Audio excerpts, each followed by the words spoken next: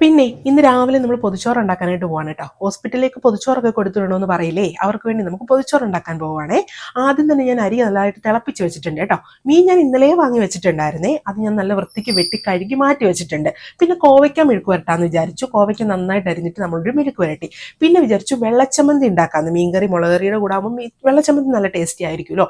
വെള്ളച്ചമ്മന്തി ഉണ്ടാക്കാനായിട്ട് തേങ്ങ തിരുമ്മി അതിനകത്ത് ഉള്ളി, പച്ചമുളക്, ഇഞ്ചി, കറിവേപ്പില, പിന്നെ ഇച്ചിരി ഉപ്പും ഇച്ചിരി പുളിയും കൂടെ വെച്ചിട്ട് ഞാൻ വെള്ളച്ചമ്മന്തി ഉണ്ടാക്കി എടുത്തിട്ടുണ്ട് കേട്ടോ. എന്നിട്ട് ലാസ്റ്റാണ് ഞാൻ മീൻകറി വെക്കുന്നത്. അതിൻ്റെ ഇടയ്ക്ക് ഞാൻ മുട്ട വറക്കാനായിട്ട് എടുത്തിട്ടുണ്ട്. ഞാൻ ഇവിടെ റെഡി ആക്കുമ്പോഴത്തേക്ക് വിനീഷാൻ അവിടെ മുട്ടയൊക്കെ ബീറ്റ് ചെയ്ത് സെറ്റ് ചെയ്യുന്നുണ്ടായിരുന്നു കേട്ടോ. ഉള്ളിയും പച്ചമുളകും അരിഞ്ഞിട്ട് നമ്മൾ മുട്ടയും കൂടി ഒന്ന് വറുത്തെടുത്തിട്ടുണ്ട്. പൊതിച്ചോറാകുമ്പോൾ ഇതെല്ലാം മസ്റ്റായിട്ടും വേണമല്ലോ.